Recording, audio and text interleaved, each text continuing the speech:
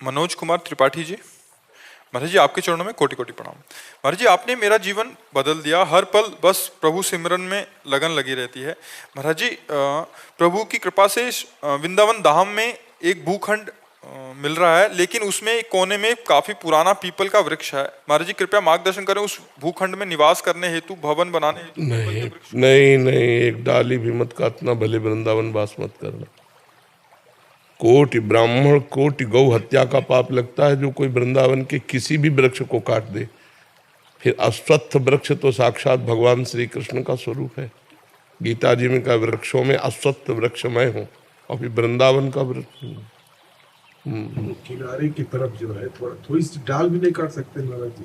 हम पूरा ब्रिज सोच रहे वहाँ मंदिर बना देंगे, किनारे कोने में है, लेकिन दीवार चलाने के लिए थोड़ा सा कटिंग करना पड़ रहा है, तो वही हम आपसे अनुमति लेके ही तभी आगे। नहीं, हम तो अनुमति नहीं देंगे वृक्ष की शाखा को भी काटने का। वृंदावन की लताएं हैं और बहुत अज्ञान बढ़ रहा है। लोग जगह खरीदते हैं और लताएं काट के फेंक देते हैं, बिल्डिंग बनाते हैं। भगवत प्राप्ति नहीं होगी, वृंदावन धाम की कृपा नहीं होगी। हमें लगता है कि अगर 150 गज में वृक्ष सहित जगह लिए तो 50 गज में भले बना ले, 100 गज में वृक्ष को दे दो तो भगवत प्राप्ति हो जाएगी। तुम हट जाओ, डाल मत काटो, छोटा कर लो भाई, अपनी डिजाइन कम कर लो, उसकी डिजाइन मत कम करो। उनकी शाखाओं को मत काटो, अपनी डिजाइन कम कर लो, तो हम कष्ट पूर्वक रहेंगे और पीपल को भगवान मानकर आराधना करेंगे तो उन्हीं की कृपा से प्रिया प्रीतम मिल जाएंगे। मेरे सुपुत्र भी यही कह रहे हैं कि पापा जो पीपल का पेड़ है वहाँ मंदिर बनाएंगे और उसको हम टच नहीं। हाँ बिल्कुल, लेकिन जो दीवार चलाने में दिक्कत हो रही, थोड़ी दीवार हटा लो, दीवार हटा लो, अपनी दिक्कत अपनी सह लो, वृक्ष को मत काटो। ये सब भगवत स्वरूप परमहंस वृक्ष है। धाम के वृंदावन की लतासम कूट कल्प तरुणाई, रज की तुल वैकुंठ नहीं और लोक की हिमाए। ऐसे वृक्षों को बिल्कुल मत छुओ, हमारी प्रार्थना है। पैसा लगा के और वृक्ष लगाओ, जमीन खरीदो, वृक्ष लगाओ, सजाओ, उसमें भावना करो प्रिया प्रीतम इस वृंदावन की कुंज में आएंगे, तो प्रिया प्रीतम आएंगे, उनका घर है, उनकी लताओं को ना उजाड़ो। गीता में भगवान ने कहा ये वृक्षों में पीपल में, वो तो जानते हो फिर कैसे लेकिन बिना अनुमति के हम कहे आपसे बिना आने अपनी दीवार थोड़ा कम कर लो, वृक्ष को कम मत करो, ठीक है। अभिषेक सिंह जी दिल्ली से। राधा श्री हरिवंश महाराज जी। महाराज जी घर में मेरे अलावा कोई नाम जप माला करने वाला नहीं है, क्या मैं अपनी माला को उनको नाम समर्पित कर सकता हूँ महाराज जी? और समर्पित करने का तरीका सही क्या होगा जिनसे उनका जीवन भी सुखमय? मैं लगता है कि पहले नाम जप इतना करो कि आपको भगवत प्राप्ति हो जाए, फिर बात करना।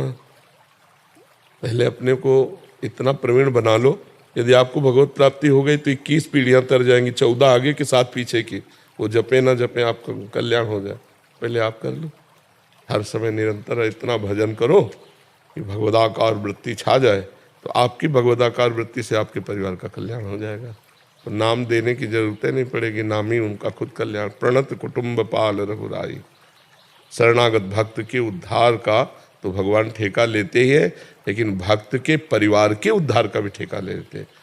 प्रणत कुटुंब, कुटुंब माने परिवार होता ना, पाल रघुराई, भगवान प्रणत माने शरणागत, शरणागत के परिवार का भी भगवान कल्याण कर देते हैं। तो महाराज जी नाम जप करते हुए अगर मैं मन में विचार रखूं कि मेरे माता पिता भाई इनका विचार करते करते अगर नाम जप करूं, नहीं ये भी मत रखो। नाम जप करते विचार करो भगवान प्रसन्न हो जाए, भगवान प्रसन्न हो गए तो सब ठीक हो जाएगा ना। तो भगवान प्रसन्न हो जाए ऐसा भाव रखो। माता पिता परिवार में भगवान ही विराजमान है। जिन्हें तुम माँ कह रहे हो वो भगवान को ही बोल रहे हो, जिन्हें पिता बोल रहे हो भगवान को ही बोल रहे हो। वो भगवान अंतर ध्यान हो जाए तो अपने माता पिता के शरीर को आप ज़्यादा देर नहीं रख पाएंगे। तो है तो भगवान ही ना, तो भगवान को समर्पित करो, उससे सबका कल्याण हो जाएगा। रेणु पवार जी करनाल से। राधे राधे महाराज जी। महाराज जी मेरी माता जी का स्वर्गवास हो गया महाराज जी, मैं उनके लाड प्यार के लिए बहुत तरस रही हूँ। मैं आपसे जानना चाहती हूँ क्या कभी मेरी माता जी मुझे मिलेंगी? क्या कभी किसी जन्म में या किसी और जगह मिलेंगी? अगर और ही जन्म में मिलेंगी तो पहचान कैसे पाओगे? कैसे पहचान पाओ? पहचानना थोड़ी हो सकता है। मान लो इस जन्म में माँ बनी तो अगले जन्म में बेटा बन सकती है, या इसी जन्म में कौन रूप रख करके चले आवे। तो माँ का जैसा प्यार तो संसार में भगवान से मिल सकता है और दूसरे से मिल नहीं सकता। तो हम क्या करें? हम भगवान का भजन करके अपनी माँ को समर्पित करें तो जहाँ भी होगी उसका मंगल होगा। इंसान जाता कहाँ है महाराज जी मरने के बाद?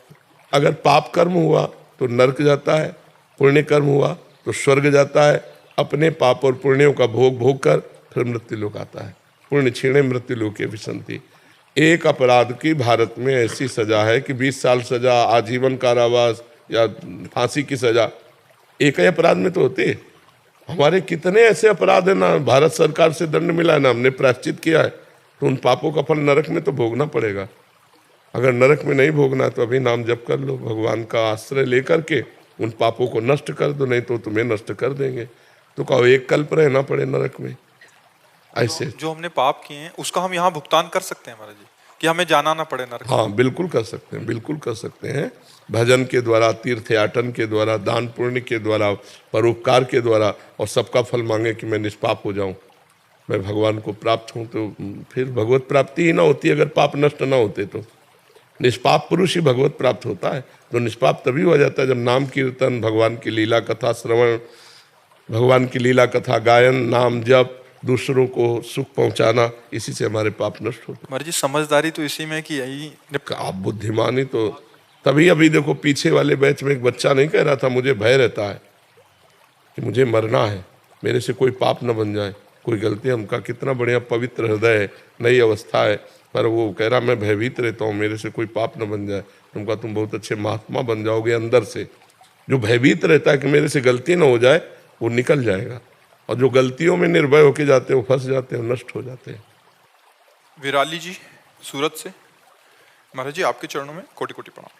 महाराज जी भक्ति का मतलब है स्वीकृति और समर्पण, मतलब जो परिस्थिति आए उसे स्वीकार करना और ठाकुर जी श्री जी की शरण में रहना। तो क्या महाराज जी भगवान से भौतिक साथ में इतना और जोड़िए, अखंड स्मृति, आश्रय भगवान के चरणों का, और अखंड स्मृति, निरंतर नाम जप। अगर ये नहीं तो फिर शरणागति पुष्ट नहीं हो सकती। भगवान का निरंतर सातु दीर्घकाल निरंतर सत्कार सेवितो दृढ़ भूमि। जो दीर्घकाल तक निरंतर भगवान का चिंतन करता है उसका हृदय भगवदाकार हो जाता है। बिना भगवदाकार हुए विषयाकार वृत्ति बार बार भोगों में, विषयों में जाती रहती है। तो शुद्ध भक्ति का स्वरूप है तदर्पिता अखिलाचारिता तद्स्मरणेन परम व्याकुलतेति। समस्त आचरण भगवान को समर्पित हो और भगवान के एक क्षण के विस्मरण होने पर भी परम व्याकुलता हो जाए। जैसे मछली को जल से अलग करो वो तड़पने लगती है, ऐसे भगवान का विस्मरण होने पर हमारे हृदय में व्याकुलता पैदा हो जाए। कैसे भूल गए अपने प्रभु को? तो निरंतर स्मरण, भगवत शरणागति, भगवत चरणारविंद का आश्रय, तो भक्ति पुष्ट होती है। आप क्या जानना चाहते हो? महाराज जी क्या भगवान से भौतिक जीवन की इच्छाओं के लिए कुछ भी मांगना सही है? क्या ये स्वार्थ नहीं? क्या भगवान को अल्पज्ञ जानते हो क्या, कि भगवान को ज्ञान नहीं? जब आप शरणागत हैं तो भगवान को सब पता है कि आपको कब क्या चाहिए, तो अपने आप विधान करेंगे। जोई जोई प्यारो करे सोई मुझ भावे। मैं क्यों भगवान से मांगूं? कोई भगवान अल्पज्ञ है क्या कि उनको पता नहीं मेरी परिस्थिति का? यदि मेरी परिस्थिति को जानते हैं और मुझे ऐसे ही रखना चाहते तो मैं ऐसे ही रहना चाहूँगी, मैं अच्छा नहीं बनना चाहूँगा। कि अगर हमारी सब असुविधाएं हैं, दुख है, विपत्ति है, मेरे भगवान जान कर के इसमें राजी हैं तो जरूर कोई मंगल विधान है, मैं इसी में रहना चाहूँगी। मैं अपनी इच्छा के अनुसार भगवान की इच्छा का विरोध नहीं करूँगी। मैं अपनी इच्छा को नष्ट करने की बात करूँगी, लेकिन भगवान की इच्छा है कि मैं दुख भोगूँ तो मैं दुख भोगूँगी। उत्तम बात तो यह है। फिर इससे नीचे की बात है कि अब रहा नहीं जाता तो मैं किसी से न कहूँ, अपने प्रभु से कहूँ। मांगना ही है तो अर्थार्थी आर्थ भगवान ने भक्त माना है। संकट निवृत्ति के लिए भगवान से प्रार्थना करना या अर्थ प्राप्ति के लिए, धन संपत्ति के लिए भगवान से प्रार्थना करना, तो ये भी हम भगवान के ऊपर छोड़कर प्रार्थना करें कि हे नाथ, मुझे जो अत्यंत आवश्यक धन है या इस संकट की निवृत्ति है मैं चाहती हूँ, पर यदि इसकी निवृत्ति से आपका भजन छूटे तो आप कभी इसकी निवृत्ति मत करना।